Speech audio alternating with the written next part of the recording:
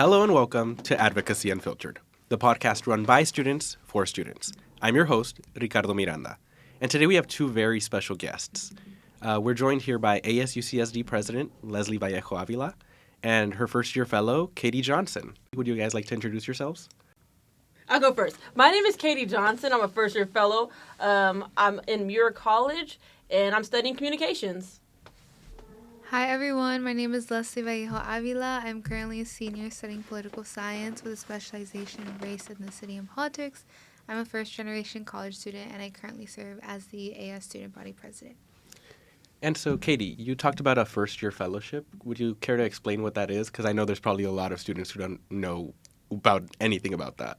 Yes, so first-year fellowship allows students to actually know what the Associated Students at UC San Diego is, and it allows us to get into government and leadership and policy making, and to really understand what goes into having a student government at the collegiate level. That's amazing. And so, how do you get into stuff like that? Well, actually, it's on the UCSD page for the Associated Students. You can look at the open positions, and I just signed up, and I did fill out my application, and I got in. That's amazing. And so, as the first-year fellow in the Office of the President, what are some of the things you have to do? Honestly, there isn't set rules, tasks for me to do. It's just really wherever I'm able to lend a hand in the Office of the President. And so, Leslie, what is it like being the AS President? Well, honestly, my role is I supervise a whole various different offices and priorities.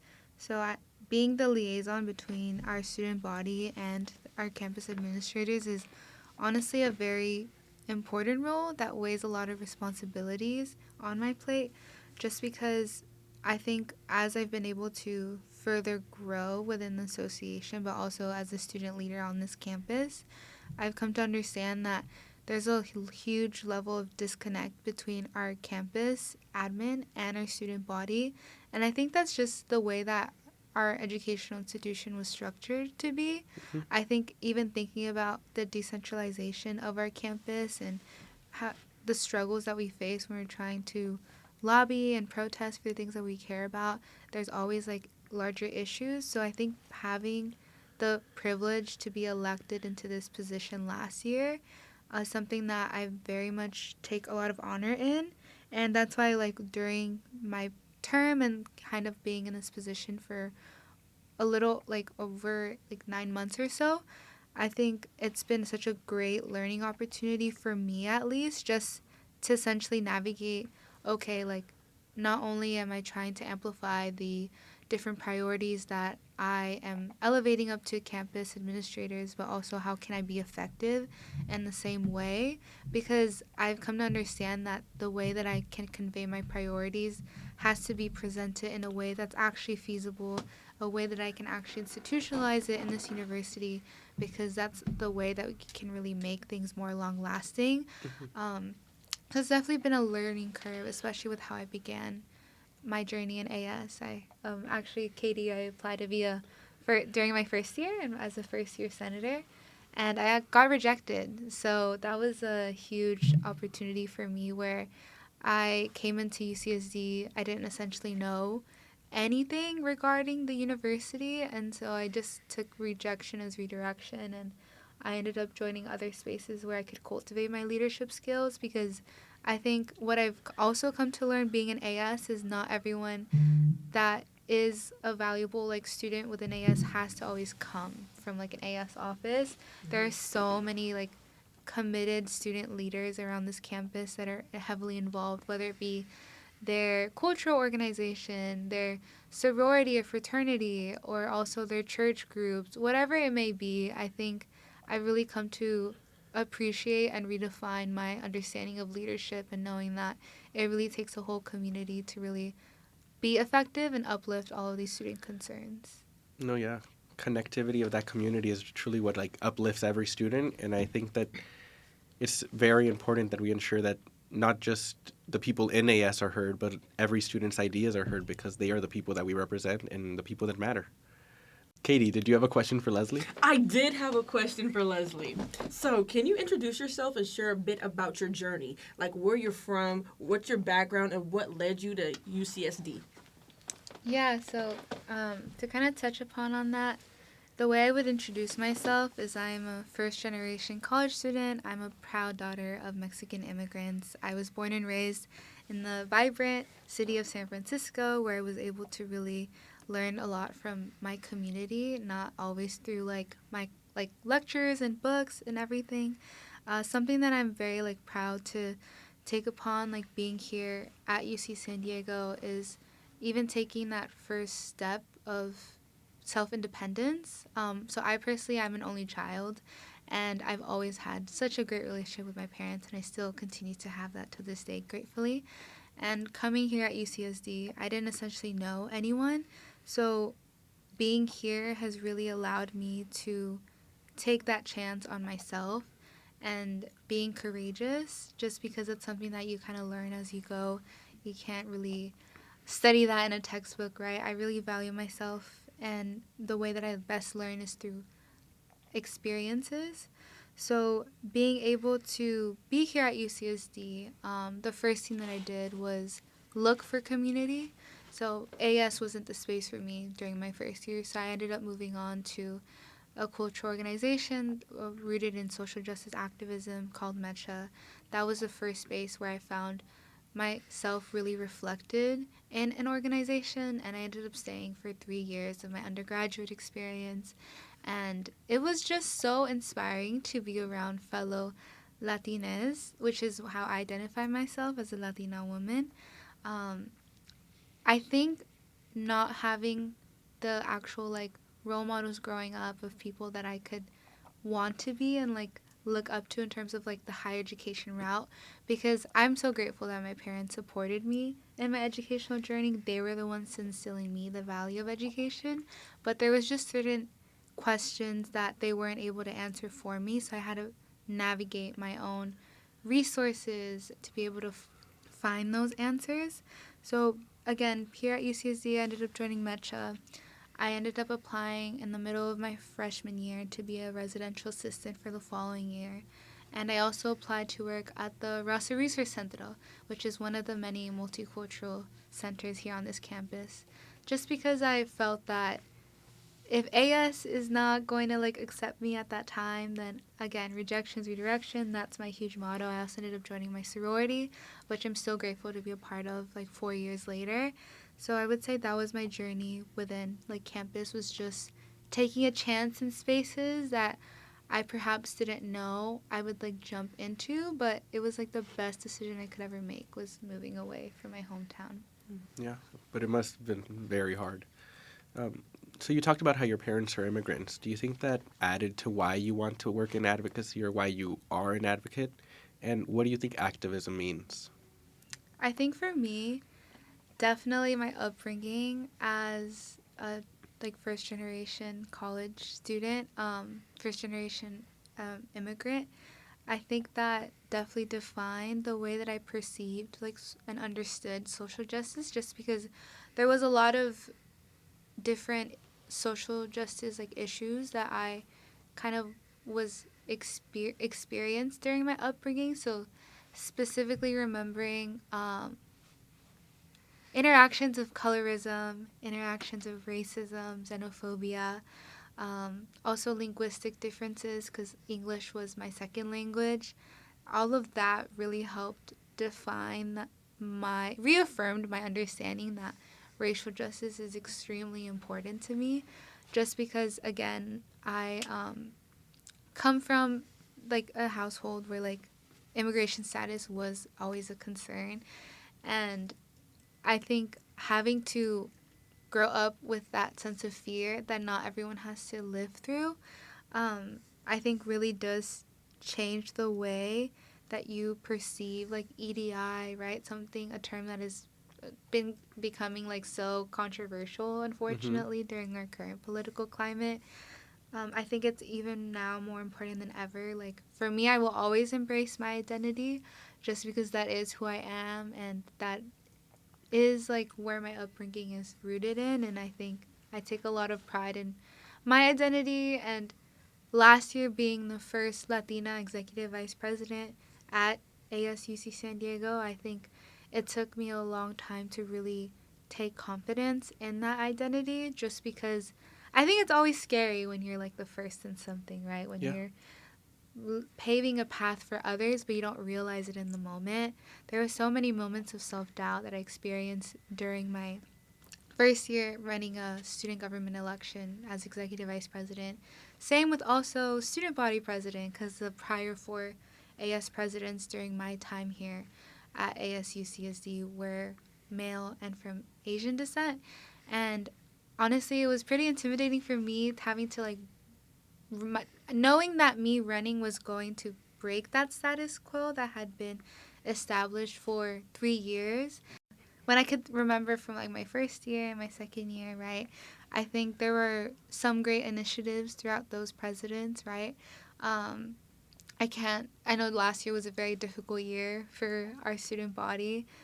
So I know that last year's president had a lot of issues coming from a lot of different directions. So I think me being EVP during his term was very eye-opening to see, like, okay, like, perhaps, like, it's okay to have different understandings of others, but I think knowing how to go about that was definitely something that I learned through seeing that presidential term. You saw that there was a need for different perspectives. 100%.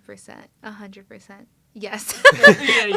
And that's okay. That's okay. That's what we're here to talk about. Yeah, there's no doubt about it. And I knew that there was moments, again, going back, right, to like essentially finding courage within myself and my identity. It was really difficult, again, just because it's always hard being the first in doing something. But I'm very grateful for having the trust of the student body and now being able to have such an amazing team now, right? Like my office staff. I know last year there was only one staffer in the office of the president, so that was like very difficult to like do a lot of the initiatives that a president is supposed to be doing with under just one person. So having a team of 7 makes me really happy, and just there's so many aspects to being in this role, and I would love to continue to contribute to a more like open path for others. And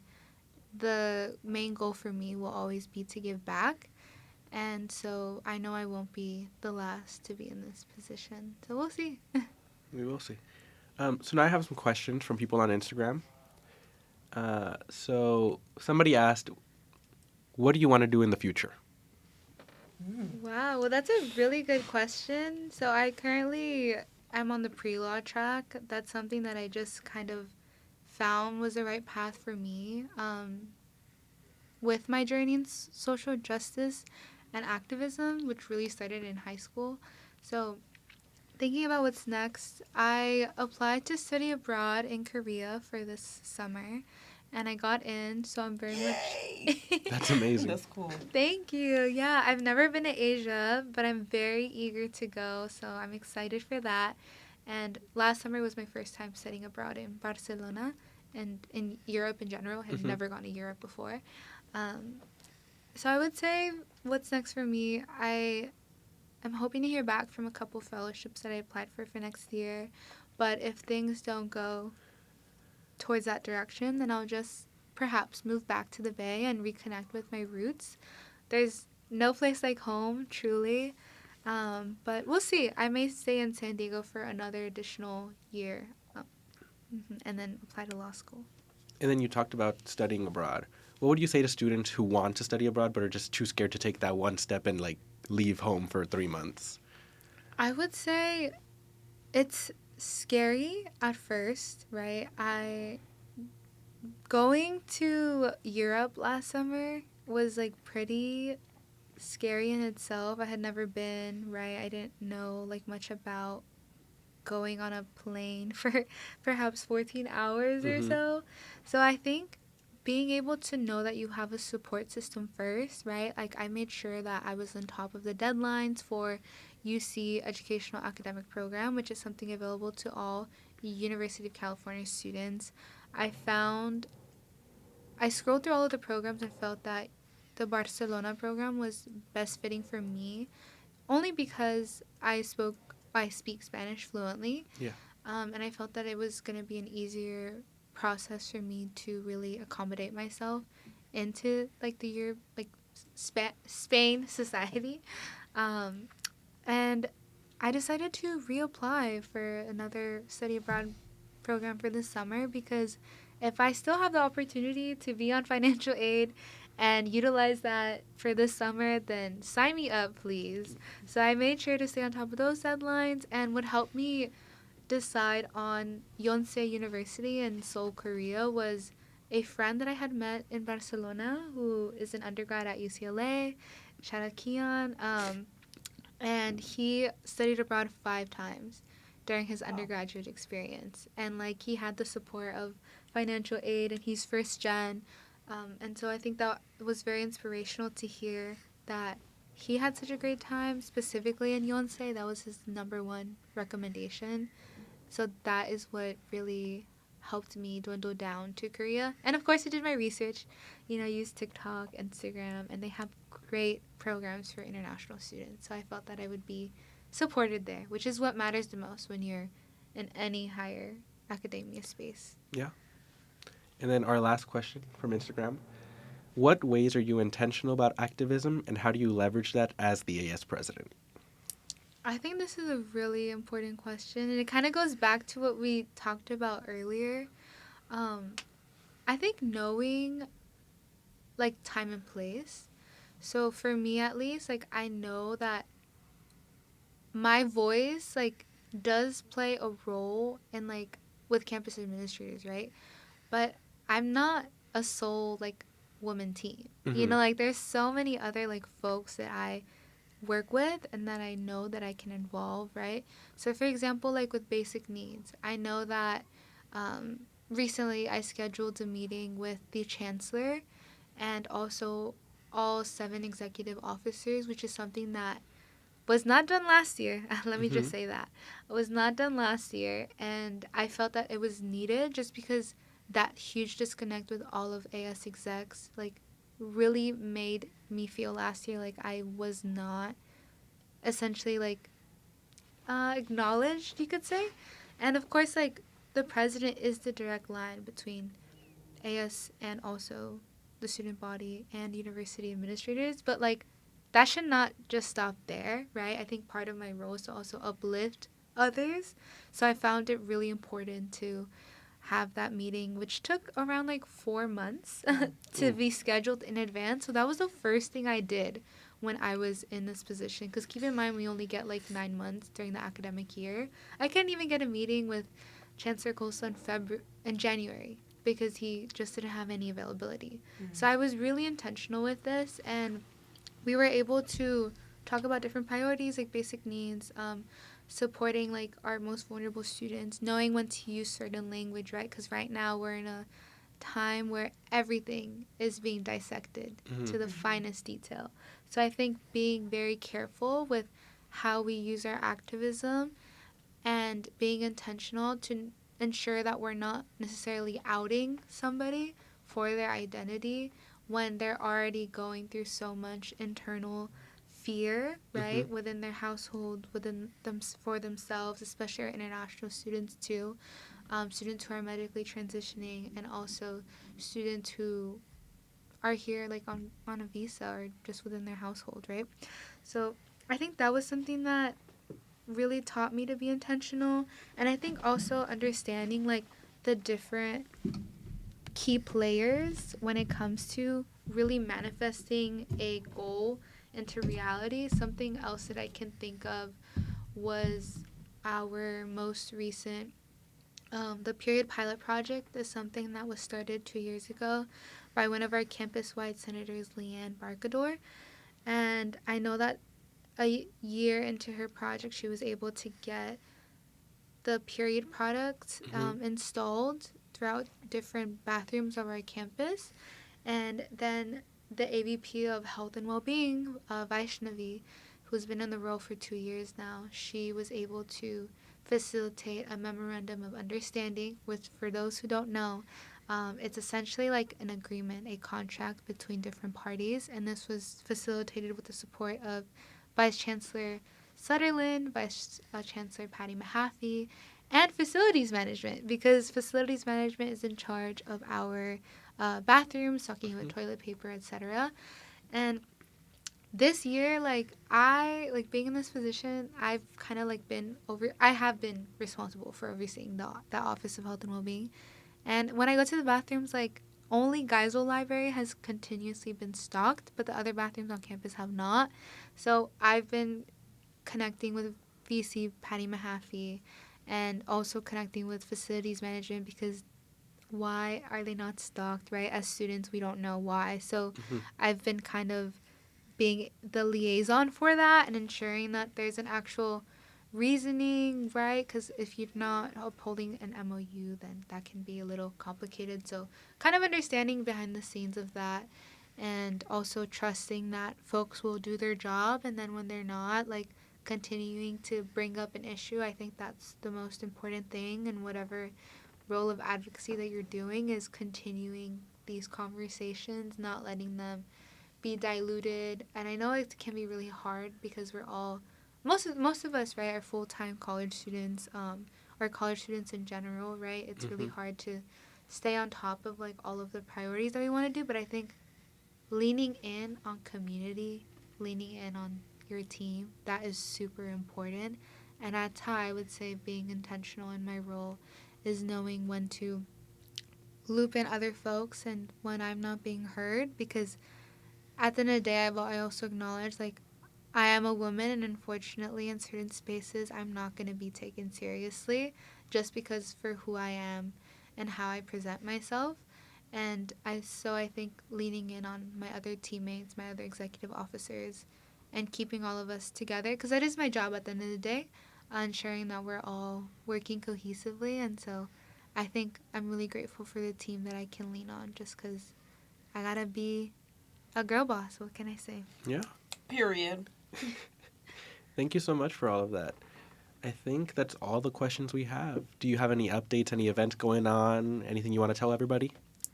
Any updates? Well, I'm really happy with this past quarter with my office. We just concluded with Donut Stress, which was a event with 500 students. We were able to cater from Barrio Donas, which I was very happy to support a small business because I was able to get them on tap. So they're a tap vendor. So for those who don't know, whenever you try to put on these events, you need to ensure that your vendor is on the university vendor approved list. So I was able to get them on there. So now anyone can use them for any events.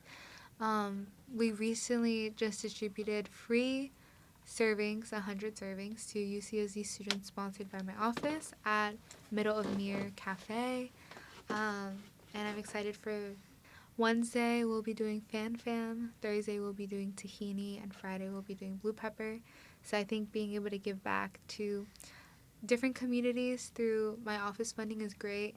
I recently visited the Apimeta Resource Center. So for those who don't know, it's the Asian Pacific Islander Middle Eastern Desi American Resource Center. Last year, during my time as EVP, one of the things that I did was I worked up a memorandum of understanding between AAS and Apimeta. So we were able to get $55,000 of funding for this academic year.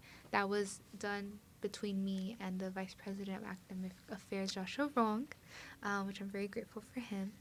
And I recently visited the Resource Center with this year's Vice President of Academic Affairs, Rishi Alamardi, and campus-wide Senator Wui Heriadi, because I wanted to make that connection between them, and we are working on a MOU for next year, since it's a very crucial resource center that is one of our smaller ones, but serves the largest student population on our campus.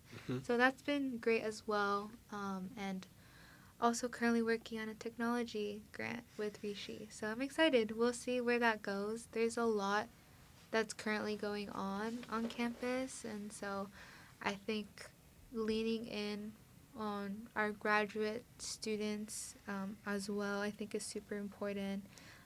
I know that the contracts between AFSME, I know that's been a topic of conversation too. Of course, our most vulnerable student population on campus. I think there's a lot of meetings behind the scenes that I've been doing that I don't publicly speak on for various reasons, but I'm excited to see what comes up soon. I will be continuing to promote all of our events, and I know the basketball team just got selected for both the men and women because they won to be, is it the final games? No, they're playing in March Madness. They're playing in March Madness. I don't know the exact language, but I know I was invited, so I'm supposed to be going at the end of this week. Yeah, but I'm really grateful for that. There's a lot going on. I'm just like a little exhausted due to finals week, so bear with me on all of this. But thank you again for all of your amazing questions. Nope, Ricardo. that's all amazing. And Katie. Yeah. So that is all we have for you today. Thank you for listening and fighting for us. Join us next time and have a great day. This was Advocacy Unfiltered. Unapologetic, unstoppable.